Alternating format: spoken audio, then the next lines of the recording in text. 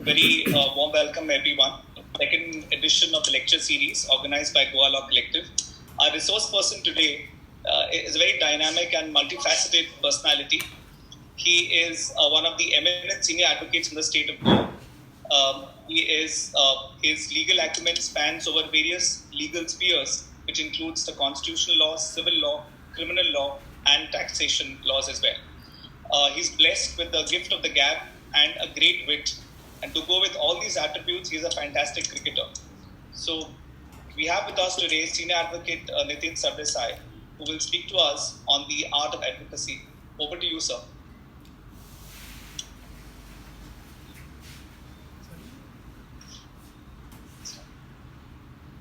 Thank you, Shivan, for this wonderful intro that you have given me. I really wonder whether I deserve all that what you have said. Before I start, let me express my gratitude to the organizers of this webinar for taking the initiative for this seminal lecture series. And let me also thank you all for giving me the opportunity of addressing this August web gathering on this rather abstract topic of the art of advocacy. Now, the only hitch that I find in this is that this is a very vast subject, and unfortunately, the organizers have told me that I can utilize only 30 minutes, to be precise, half an hour only, to deal with this subject. Now, without wasting any further time, I think I will like to justify this topic. I hope I am able to in this short time. So, let me get on with it. Now, on account of this time constraints, I have worked out a sort of a strategy which I will explain to you all just now. See, basically, broadly speaking, there are two large major components of art of advocacy.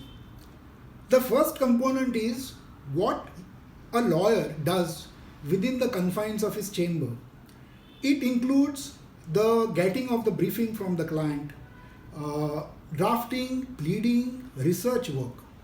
And the second component is the actual presentation of a matter before the honorable court. Now, many a times the second presentation, the presentation part is also known as the court craft. Now, the first component is ordinarily part of a college curriculum of a school of law. So therefore, I think I should avoid getting into the nitty-gritties of that component. And for this 30 minutes, I would like to concentrate, in view of the paucity of time, on the second component, that is the court craft. Now, this is not to undermine the first component. So I hope I don't send any wrong signals to you all in the course of this lecture. Now,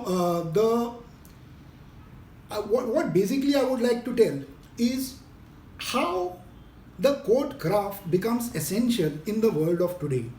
You see, in any given litigation, at any point of time, there are minimum of 2 lawyers required. Now, both the lawyers are well versed on the subject. They have prepared on their file. They both study the same case. They both burn the late night oil. Both are equally competent on law. And invariably and unfailingly, both have marshaled the facts. Now, in these circumstances, the scale appears to be balanced. Now, in this scenario, according to me, it's the person who has an X factor in him is the person who has a better chance of succeeding in the litigation. Now, what is this X factor? That, in my humble opinion, is the art of advocacy. If he has this art, or if he has, if he is well versed in this craft, then he tends to have a better chance of succeeding because he becomes more palatable to the judge in his submissions. So, this art of advocacy cannot be dogmatized or cannot be put in a straitjacket formula. It can include anything and everything. It could include the presence of mind. It can include how you read a particular situation in a particular circumstances. Basically or candidly putting it, art of advocacy is how to talk in a court of law, what to talk in a court of law, when to talk, and when not to talk. Sometimes it is said that it is better to keep your mouth shut in a court of law and be thought to be a fool rather than to open it and prove it. Now, the importance of the art of advocacy can be better explained by giving you an example. You see, we have been in the lockdown, so most of you may have even ventured upon trying to cook. So I will give you an example nearer home. Let us assume that you are master chef and you have invited a guest over for dinner. You dish out the best possible non-vegetarian dishes for this guest of yours, the most exotic ones. And maybe you even visit the cellar and purchase some of the finest vintage wines to be served at the dinner. Now, do you know your embarrassment when the guest turns up and discloses to you that he's a pure vegetarian and a teetotaler? Where did you go wrong? You had put in the hard work. You have the skills, because I said that you are the master chef. But you blundered on a strategy. You did no research whatsoever. You had no plan. That spelled your nemesis. Now, Shivan introduced me as a cricket player. So let me also try to elaborate this by giving you another example. And this time I would like to give it from the cricketing world. So you see, before a match starts, you all must have noticed that the two captains make it to the center of the field, which is known as the pitch. The pitch is a 22-yard wicket. And they both spend a lot of time in reading the pitch, which in broadcasting terms is known as the pitch reading report. What are they trying to do there? They are trying to understand how this wicket is going to behave.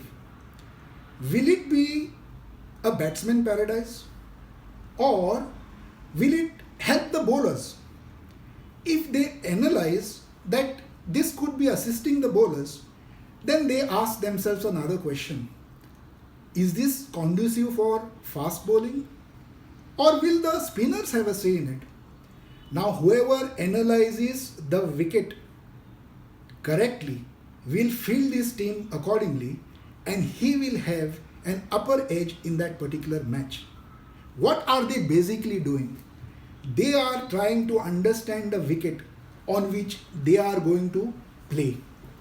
Now, the art of advocacy is something similar. What we normally do is we burn the late night oil, no doubt about it. We spend a lot of time in garnering the facts and the evidence, and then eventually we go in the court of law and we vomit it the way we have prepared for it. We forget to strategize. The strategy, according to me, plays in every field, and the law or the field of law is no exception whatsoever. We do not try to understand our judge, his psyche at all. We are not interested in knowing what he likes, what are his dislikes. Many a times, by not knowing your judge, you may commit this blunder. So, it is important, it is quintessential that you should know your judge. Now, don't get me wrong, when I say know your judge, I don't mean knowing him personally. You should know what is his judicial disposition. What is his inclination in law? No doubt, all the judges are erudite and possess the necessary legal skills. But they come from different stratas of society, different cultures. Their judicial upbringing may vary. So therefore, there is no straitjacket formula as to how a learned judge will decide a particular matter. It will vary from person to person. In Britain, this variation is known as the Chancellor's foot, which will never have the same size. It is my personal experience that there are certain judges who are pro-prosecution. There are certain others who are inclined towards the accused. There are few others who may be a little inclined towards the establishment. Many a judges consume and digest technicalities. Many others will brush aside the technicalities and deal on merits. Now just imagine that you have not known or you have not done the pitch reading and you go and argue technicalities before a learned judge who is always inclined to decide a matter by catching the bull by its horn, that is on merits. Now, what will happen to you? All your study will go a waste. He will just brush aside the technicalities and would want to decide on merits. And you have failed to address arguments because of your lack of strategy. You have failed to advance arguments on the merits of the matter. Or maybe you have not prepared as much on the merits because you felt that the technical aspects are so strong that you should succeed thereon. Now mind you, neither of these judges can be faulted with. Our law permits decision on technicalities. Law does not frown upon decision on merits. It is all on the upbringing or the judicial upbringing of the concerned judge. If you argue technicalities before a judge who deals with the subject only on merits, then I am sorry to say you are barking under a wrong tree, and that can be disastrous.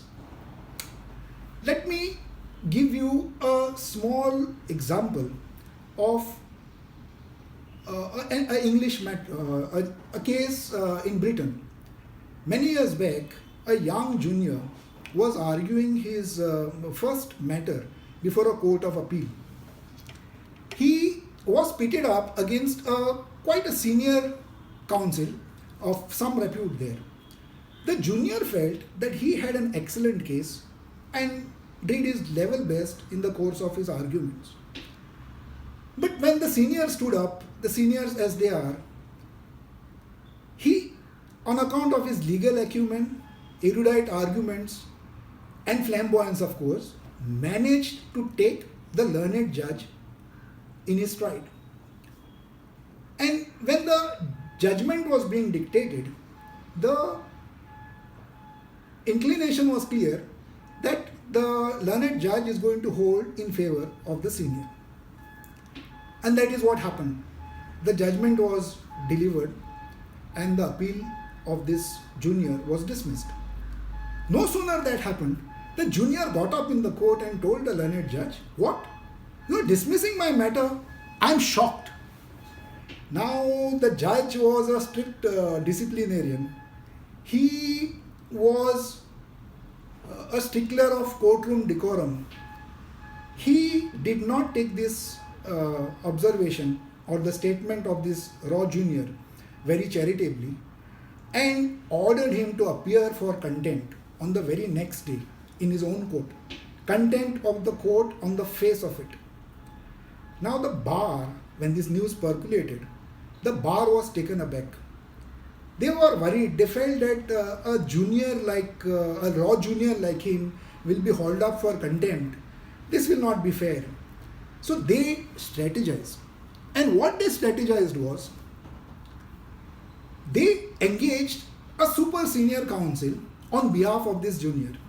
Someone who was legendary in England.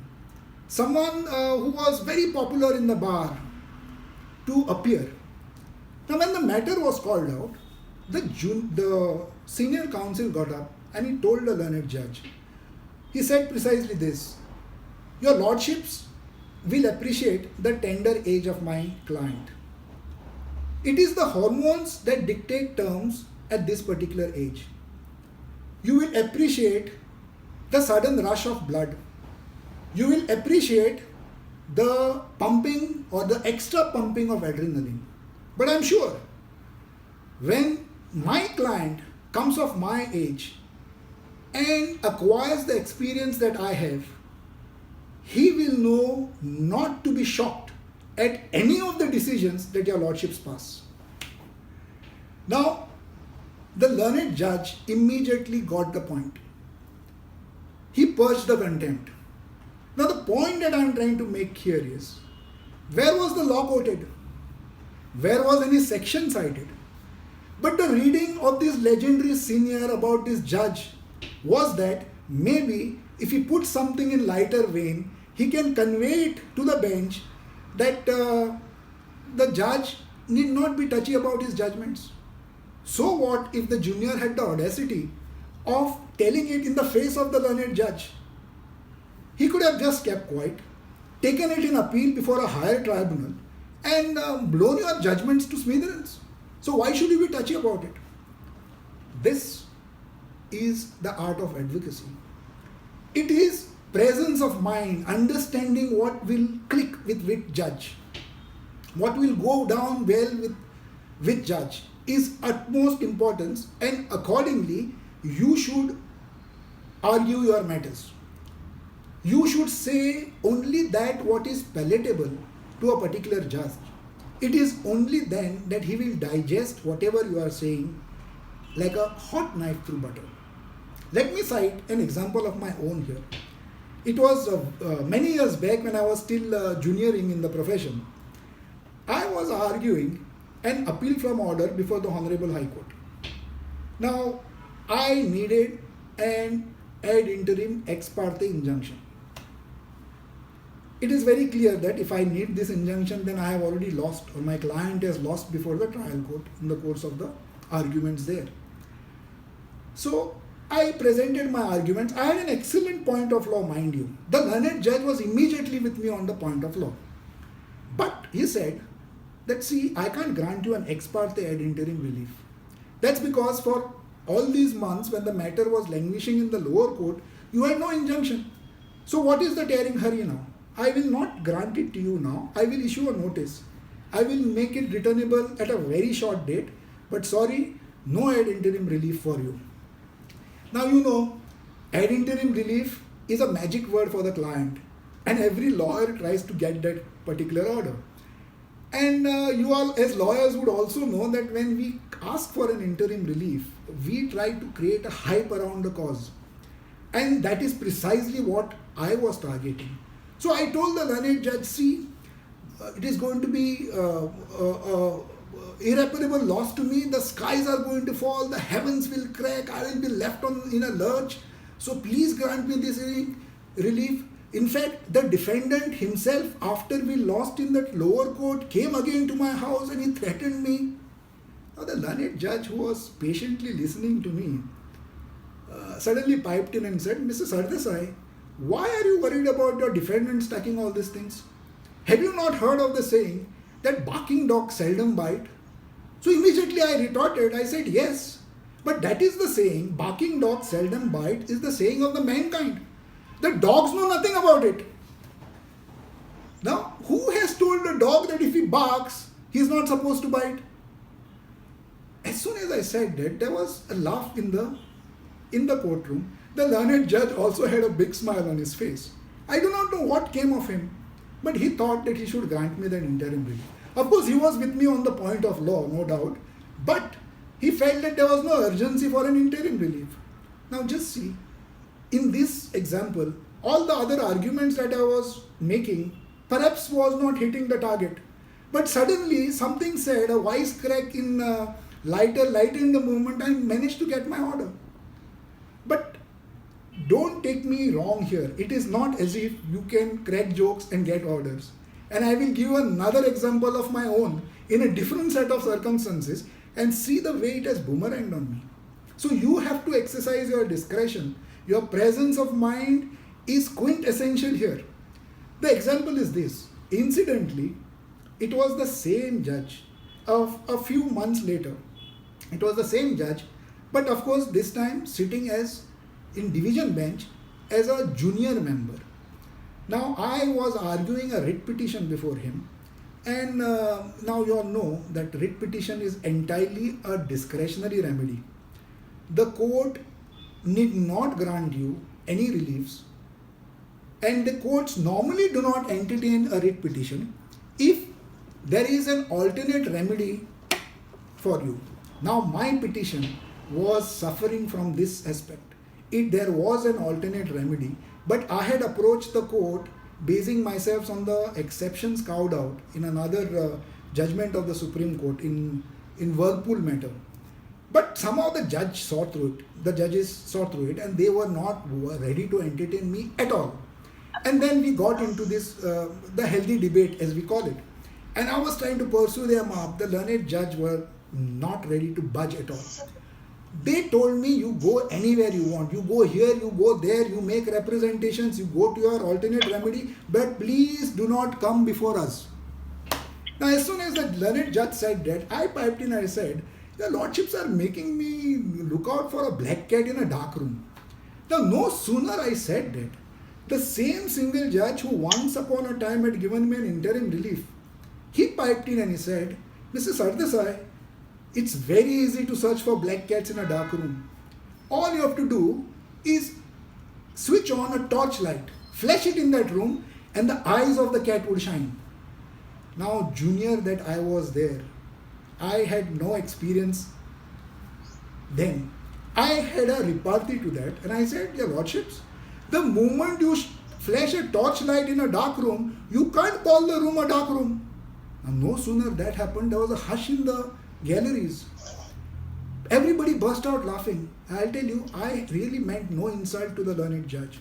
But he took it as an offense. He took it as a grave offense. And I'll tell you, the next 10 minutes, I had faced the most roughest weather ever. It was a tsunami that I had to face. Therefore, the second tip in the art of advocacy is never to antagonize your judge, knowingly or unknowingly. You had it. See, whatever you may say, whatever may be your oratory, whatever may be your study, whatever may be your legal acumen, it boils down to a big zero because the last say is with the judge. It is not necessary that they get antagonized. In fact, most of them do not. But one does not know. Why do you want to take the risk? See, I have always felt that you cannot win a boxing match if you are boxing with the referee himself. So, strictly prohibited. No antagonizing of judges at all.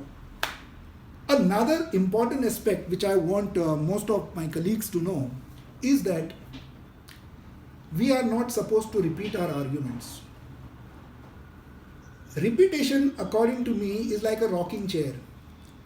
It gives you something to do, but it takes you nowhere. Look at it from the angle of commerce, if at all you want to look at it from that angle. As a lawyer, you are paid to argue in a matter.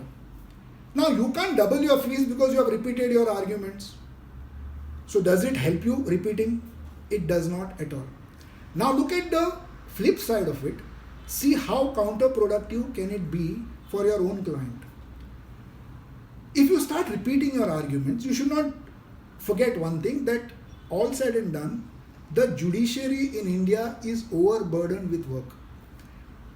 Each court sits with huge number of matters. Maybe before you started your arguments, the court has heard 10 matters. Maybe the court is yet to hear 20 more matters after you have finished yours. So the moment you start repeating, the learned judge loses focus on your matter because now his focus shifts onto his cause list. He sees that there are so many other distinguished lawyers waiting patiently for their turn to come up. He may even see that there are witnesses waiting to depose in the matter. There are so many litigants sitting for their cases to be heard, and you are just repeating. Now, in the process, what happens? He has shifted his attention from your matter and he is thinking in these other directions. How does it help you at all? In fact, it does not serve your client's purpose at all. There is yet another angle to it. If you keep repeating your arguments, the learned judge may carry an impression. He may carry an impression that you feel that your elementary propositions of law are not understood by the judge. Now, why do you want the learned judge to feel that you are under the impression that he is insipid? Never ever repeat your arguments. Now, these are the don'ts when it comes to the court craft or the art of advocacy. Now, let me tell you what are the do. One big do that you all must indulge in, invariably and unfailingly, is when you argue your matter, let your best point be canvassed first. Buttress your strongest point with as much evidence that you have on the issue, punctuate it with as many judgments, put it up very confidently and boldly, and never ever shy away from dealing with any questions that the judge asks, because he is asking you questions to clarify his doubts, if any. Now, therefore, the other tip is argue your strongest point. Let there be lucidity of language, fluency of thought, and substance in your argument. In fact, English judge once said very disparagingly about a young junior arguing before him. He said that the lawyer's argument was like a plate of scrambled eggs. It was wholesome but messy. Do not be messy. Finish one point and go to the next point. Complete the entire point. Don't act like a barber from Tirupati. Half point, argue it first, then go to the second, argue it half, come back to the first. Don't forget, this will confuse the learned judge. You are in a courtroom arguing a matter and not in a ballroom dancing to a tango. So back and forth, please avoid. Now, if it is a case of evidence in the court of trials, do remember that the witness for the other side or the defendant or your opponent in the matter is your best witness. Never antagonize him. Never make him uncomfortable, because see, he enters a court and he's nervous. He's coming across these solemn surroundings for the first time. All of you are suited booted. He feels that he's inappropriately dressed. He sees the number of litigants there, the judge sitting there, the chandeliers. This is all overpowering. He's tense and he's nervous. To compound it, his lawyer on the previous evening has told him that you are a cunning lawyer. You are very shrewd. He should be wary about you, because you will floor him. You will blow his case to smithereens. Take care of him. And with that impression, when he comes to the court, he is tensed and nervous. He is buckled down. He does not want to talk at all. Now, if he does not talk, you can't get any admissions from him. You are affecting your own cause. So therefore, when a witness comes to the court, you permit him to talk as much as he wants. Make him feel at home. Make him feel that you are not after all the devil that his lawyer made you out to be. Make him look as if you are a friend of his. And I'll tell you, this works amazingly well. Amazingly. The witness, if he feels you are a friendly character, he will say exactly what you want him to say. That's the position as far as witnesses are concerned. I am told that I am almost reached the dead end of my 30 minutes. So I hope these small tips that I have given to you in the course of this lecture helps you in your profession. I hope that you improvise on this and you master the art of advocacy. But this is, remember one thing, this is not at all to undermine hard work. Hard work is essential. But what I'm trying to say here is that hard work is not the only criteria to success. If hard work was the sole criteria to success, remember, laborers would have been millionaires. Thank you very much and all the best.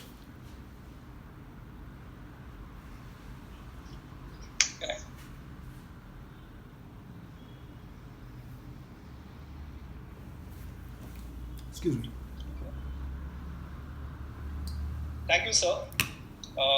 That made for a very engaging, compelling watch. It was your inimitable style and signature attached to the entire talk, which was laced with humor.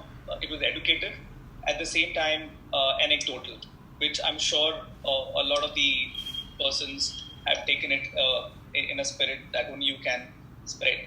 So, sir, thanks a lot once again. And it's very rare that you have a smile wearing right through the talk, and this was one of those very few talks. So, thank you, and hope to have you.